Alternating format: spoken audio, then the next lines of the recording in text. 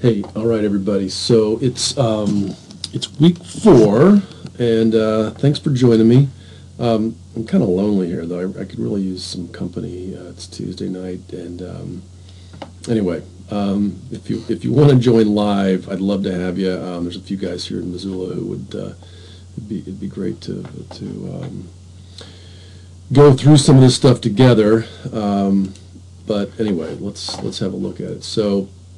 I'm looking at Sean's email, and what he's saying, if you get a minute, can you lecture about 214, hit on question 4 from homework 3, the if problems and tax breaks.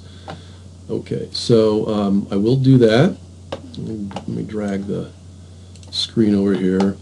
Let me just see what we got in the forum. There's nothing in the week 1 form. I think we're done with that. And again, I graded everything. I'm also really glad to know that Sean Ronig is here in the course now. Hey, Sean, thanks for joining us. And thanks for turning in assignment 1. I'll go ahead and grade that. A few of the main problems that I saw with assignment 1 were using too many significant digits. Once in a while, not making sure your units were correct. Remember, every single one of these problems, you're doing an equation with a number in there, some power of 10, and some units. So just double check on the units.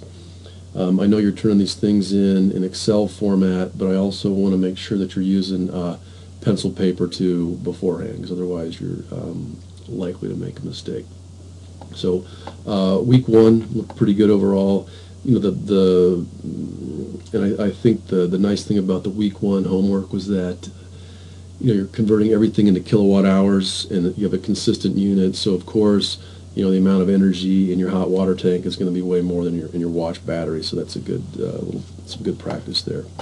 The week 2 economic basics. Everyone did a really good job on that. The one thing I want to emphasize on the financial functions, this is something that has always confused me too. Let me go ahead and bust out the bamboo and let you know what's going on with the week 2 financial functions, which you know, really all this renewable energy stuff is great, but our country runs on money, and if you can't make the thing pay, it's just not going to fly. So understanding those financial functions is critical. But let me just show you a couple things. So if I'm doing P over F, what that means is that I've got this little calculation machine here. F goes in, and P comes out. That's what F/P means. It's sort of, another way to think of that is it's you know, P equals some, you know, P of F.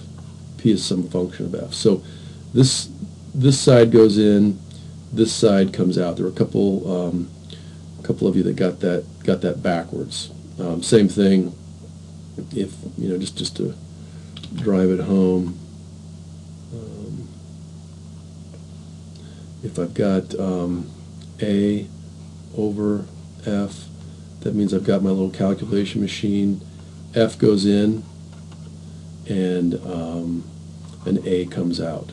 And the way you can like double check on that is A is always going to be less than or equal to F. The only time it would be equal is if you had like just the number of years equaled 1. Same thing, A is always going to be less than P. Another thing to keep in mind is that, well, let's just go back to it really quick. Unless I is negative, unless the interest rate is negative, F is always going to be greater than P also. So the idea is the interest rate has to be positive. Like the amount of money in the future has to be greater than the amount of money right now. That's the way we build faith in the economy. So I is going to be greater than 1, and the future value is always going to be greater than the present value. And that was a little confusing on that salvage problem. You're like, oh gosh, how can my $7,000 salvage value in the future be more than the present value? Well, that's just the way the F&P ratios work. So hopefully that's clear at this point. All right. Now, let's get into Doty's problem or question on week 3. And I'm just going to go ahead and read through this. We looked at it a little bit last time. We'll continue applying economics, Excel functions. We will define power and energy. Perfect. We will do a simple if statement for the tax credit assignment. We will need to calculate energy cost per kilowatt hour, typically done by converting all costs and benefits into annuities, then dividing a new amount dollars per kilowatt hour. Okay, levelized cost method. So I'm not going to spend time watching the videos in Resources 3. Okay, but tax incentives to consider. So here's where the if statements come in. This week we're going to use a tax credit provided by the state of Oregon. The tax credit can be paid over a period of 5 years. We have to consider the time value of money to calculate its present value. Oregon's tax credit is set up like this. If the project cost, just the cost without any consideration for other incentives or benefits, is less than $20,000, the entire tax credit of 35% of the project cost can be taken the year it is completed and verified. Okay, if it's less than $20,000, you can take it the year it's completed and verified. Assume you have the discount to discount this option 1 year, since it's paid after the project has been paid for. If the project is greater than $20,000, the tax credit is paid out over 5 years at the following rate: 10% for years 1 and 2, 5% for year 3, and for 3, 4, and 5. This is the real tax credit algorithm used by Oregon. Cool. In other words, I'm not making this up, just to give you a spreadsheet problem. Both of these tax credits will need to be discounted, so calculate the face value of each tax credit and then discount each into the present value. There is no shortcut, so each value and when it is paid need to be considered. The hint would be to consider each tax credit payment a future value that needs to be converted into a present value. Okay, so for a project cost of $30,000, the tax credit that could be filled 4 years after the project is completed would be 5% times 1,500 paid 4 years from project completion. So apply P to PF, so the future value is 1,500. What's then the present value? And again, I just said that the present value is going to come out, received for and at a certain discount rate. Repeat this logic for each year it's received. I suggest building tax tables that you can reuse for other problems. All right. Financial formulas. So there are future PV, FV, and PMT. These 3 functions. There we go. Throughout the semester, 22, power basics. Good. His motivation for writing the book. Okay, so I'll let you read through that too. Okay, use the economic Excel functions provided for this week's reading. I'm just going to go back.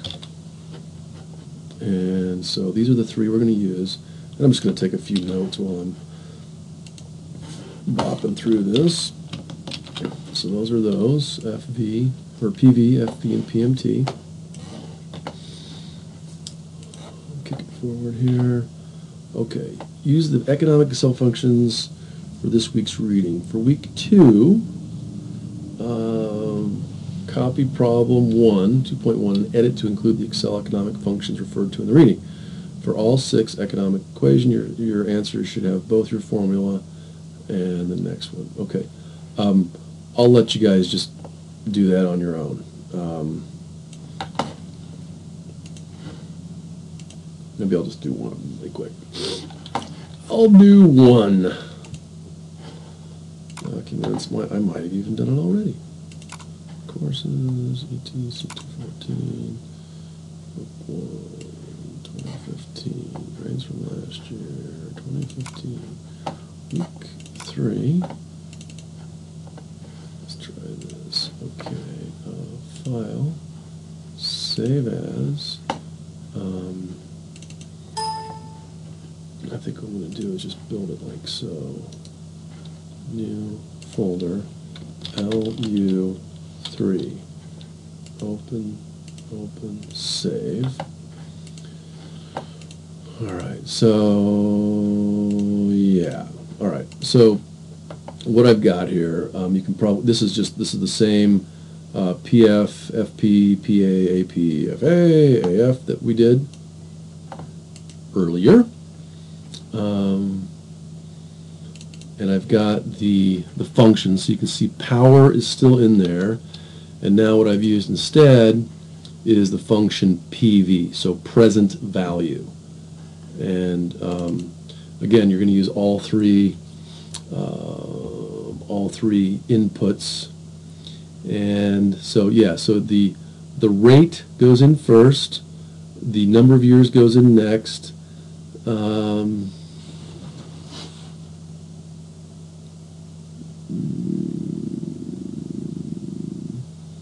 Zero. Let's see. Let me try this. I'm gonna put in PV. And if I just hit, let's try this. Equals PV, and if I hit F1. All right, there we go. So just hit F1 if you don't know what PV is. Microsoft Excel will tell you. And I'm sorry this font is so small. Let me see if I can make it bigger. Okay, yeah. All right, so the rate, interest rate required per period, we know that. End period, that's the number of periods, got that. And then the payment cannot change over the life of the annuity. Let's see what we have in there for payment. I'm not sure.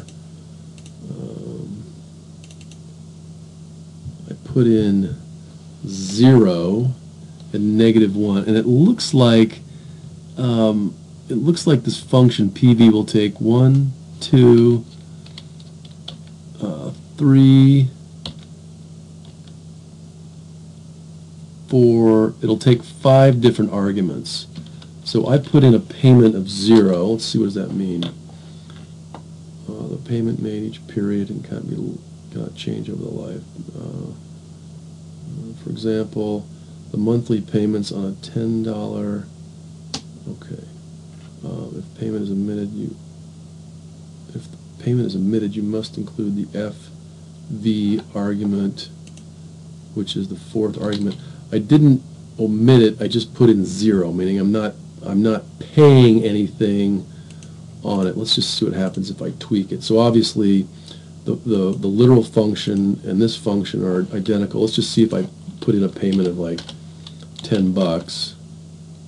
Yeesh. 1, 0. Okay, so I'm not even sure what those other numbers were doing, but obviously not correct. Future value or cash balance you want to attain after the last payment is made. If it is omitted, 0. Let me just see here.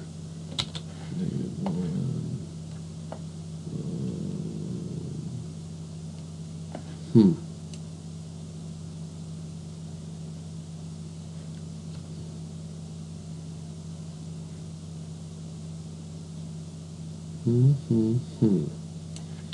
One, 2, 3, 4, 5.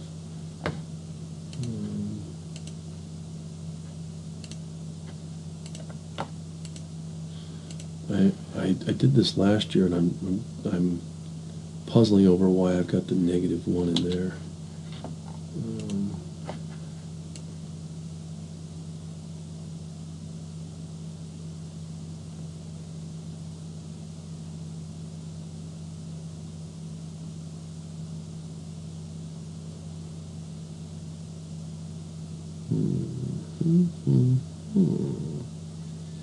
One, two, three, four, B6 times payment. All right, well, there's present value. That one's future value, obviously. This is going to be present value, B6. B4 is my rate. 15 is my year. And then let's get into this here. 1, 2, 3. Payment.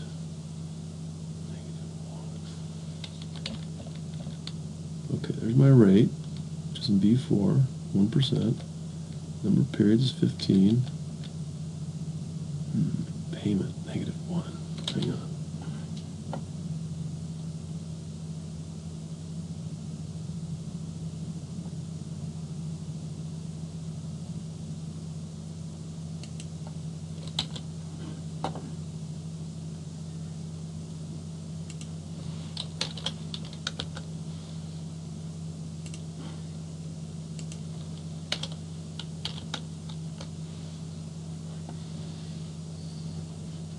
Well, that's a lot of help, isn't it? I'm trying to figure out why I got the -1 in there. Give me a second. Okay, so I'm back, and I think I figured that out. So this last argument, the fourth argument, is called PV.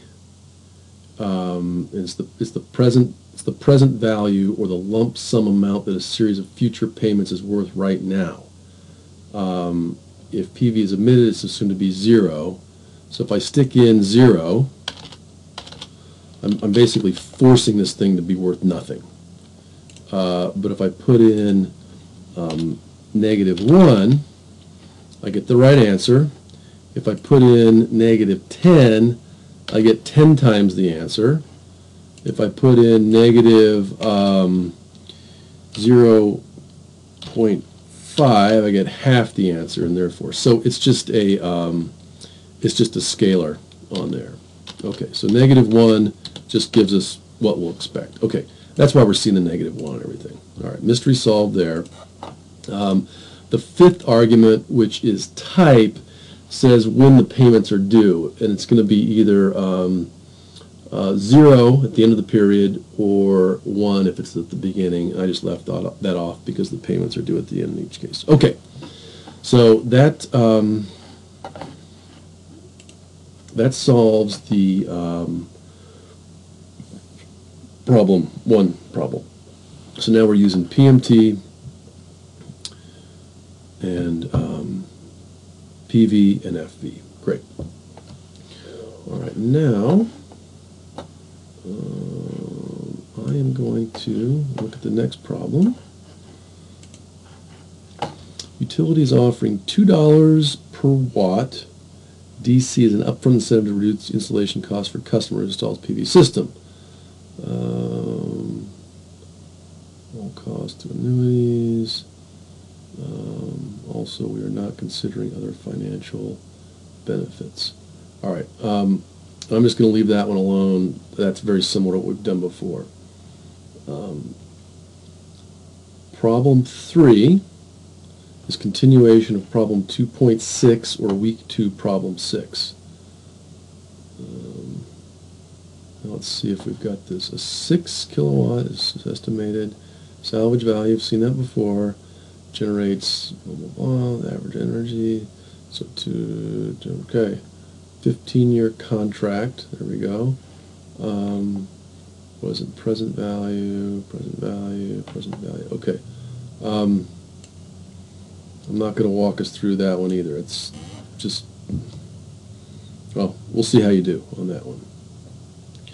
Well, let's keep going. Okay, problem 4 is the tax credit. So using problem 5 from week 2, we have been given an updated discount rate of 7.4%, all right, and a project cost of $22,000. Assume the project is eligible for a tax credit. The tax credit pays 35% of the project cost. Okay, there's a couple different ways to pay that 35%. If it's less than 20K, you get it all after it's completed with discount, meaning you apply the interest rates. That's what it means to say assume you have to discount the option. If the project cost is greater or equal, it's taken over 5 years, 10%, etc. Develop a tax block that will work for both cost scenarios. And then we'll put an if statement in there. All right. Well, let me just dive in and show you how to make an if statement first of all. That's probably the easiest thing to at least dig into. Problem 1. I'll just call this problem 4. Okay. Now, equals if, and there's an if statement. Hopefully you can see that. I'm going to hit F1, the if function. Okay, so if A greater than B, say something like over budget, otherwise say something else. So the first one is the test, what the value is true, otherwise there's the value if false. So let's try it. Let's just do this. So we got 10 over here, we got 20 over here. So equals if, open paren, 10, let's just say greater than 20, comma, big, comma, small. All right, so let me blow that up a little bit. So all I've done here is put two numbers out. One is E4, which I've got the number 10 there, and in E5 I've got the number 20. And we all know that 10 is less than 20, but my if statement says if 10 is greater than 20, then say big, otherwise say small. So therefore small. Let me throw 30 in here. Big. Okay. So really your question now, for your problem, I'm just going to put initial price, and I'm just going to go ahead and throw $20,000 in there, and I'll say if, or equals. You have to use equals if. Well, here's another way to do it. No, let's do it this way. Initial price, cutoff. So the cutoff is 20. So it'll be just like our initial, and I'll go ahead and do a control 1, and I'm going to have this be currency, 0 decimal places, fine, okay. Well, I'll just take the same. I'll just take this same same cell, copy it, paste it over here, and whoa, actually put it in the right place.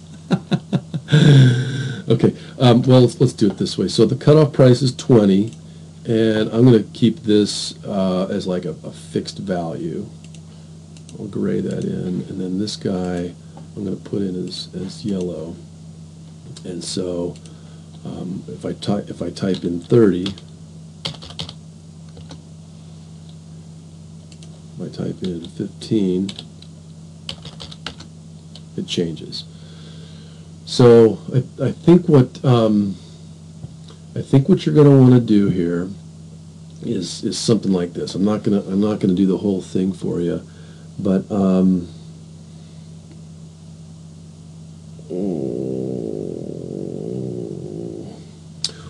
what you're going to want to do is you're going to want to solve the problem in both ways. You're going to want to solve the problem where you get the full 35% back at the end if it's less than 20,000, and you're going to want to get the you're going to solve it again where you get it in those lump sums. So over here, let's just say, so what you'll do is put your math together, and you'll just solve the problem. And that's the nice thing about Excel. You're only going to solve it once. Well, you'll solve it once in each of two different ways. Now let's start here and say solution 1, and over here you say solution 2. And I'm just going to say this is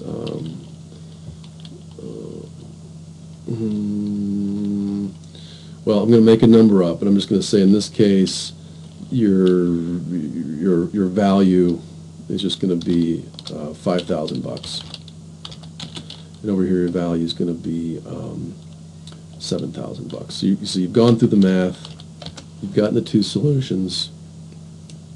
Control 1, currency, dink dink. Okay. Now I'm going to do this. I'm just going to take the same thing. And another thing, this is really important. If you've got something working, even if it's not your final answer, don't destroy it. Just build on it. So that's what I'm going to try to do here. Is just build on this. So I know that this works with the text in there. So copy, paste. Okay. So now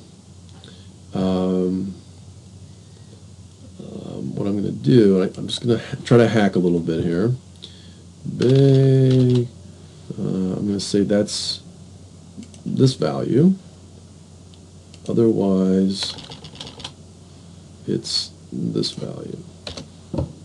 Okay, and it actually worked. First try, no problem. Currency, dink dink. Okay, so let me show you what I just did. I started off, right off the bat. I just put a number in there, 30. I put another number in there, 20. These are both just little inputs, and this is just telling me whether the top number is bigger or smaller. So if I put in 5, that little cell tells me it's small. Same exact thing works here, because my if statement just reports either the word big or the word small. In the, I'll just call this, step 0. Whoops. Oops. Step 0. And just put a nice little box around that. Okay. We'll throw another line in here, insert, come down, the box. So in this guy I'm going to call step 1, and all I've done again is the same thing, just with two numbers that are more like the problem. So I've gone from like just super simple integers. I've taken this to the numbers that we were looking at before. Again, let's test it out. Say we got a $5,000 system. Well, it's small. Okay, so we're getting the numbers big versus small. Now what I've done is I've pretended, I'm not going to solve the problem for you, but what I've pretended is that I've actually run both scenarios. And when I say both scenarios, I've run it. Well, if it's less than 20%, you get it the year after it's completed. So that's scenario 1 right there. If it's a small project, you get the whole tax credit later. If it's a large project, you get 10% the first couple of years, and then 5% the other 3. So you'll just have to, run those with your present value, future value code that you've already come up with. So I'm going to now assume that this is scenario 1, scenario 2, solution 1, solution 2, and you're going to calculate it both ways. This is your little if statement that just tells you the total value depending on the price. So let's say the initial price was $30,000 instead of 20. Then you get solution 1. I think I did those backwards because solution 1 I think was going to be the larger of the two. But anyway, that is how to run the if statement. All right. Step 2. So I guess my point is just take it in chunks, make sure each little portion works, and go from there. So hope that was helpful. And again, if you didn't get those financial functions correct in week 2, just go back and do them again. Verify them. I've got them all. I've got them all right here. They work for me. You're going to double check them. And good luck. Use the forum. I'm not seeing a lot going on out here in the week 3 forum. So light that up, and we'll see you next week.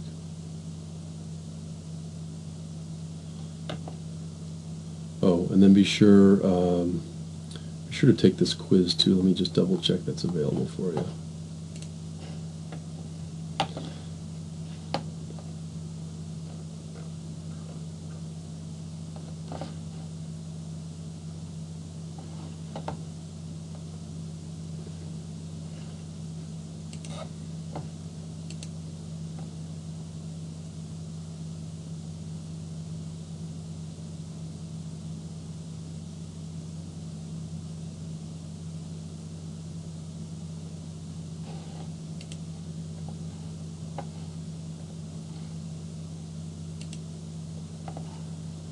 Okay, I'm going to open this guy up now.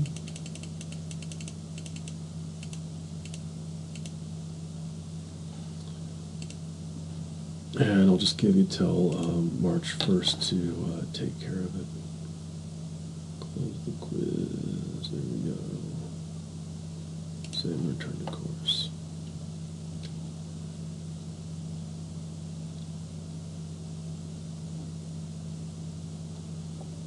Yeah. Let's just take a look at the preview the quiz now. Start attempt. Okay. Yeah, you'll be able to bang this thing out. Oh, perfect. This is good. Yep. Yep.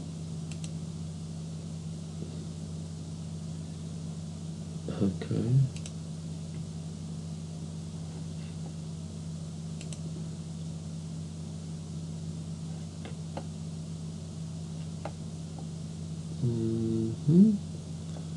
Yeah. Power purchase agreement. Cool. Cool. All right, those are not bad. I just looked at the quiz 3, so just knock that guy out, and we'll see you next week. Yeah, but you really got to make sure your financial functions are in order and that they're all matching the answers, and those problems will just flow right from your spreadsheet. So don't worry. Okay. Again, email me, call me. Happy to help. Let's keep cruising on this course. Thanks.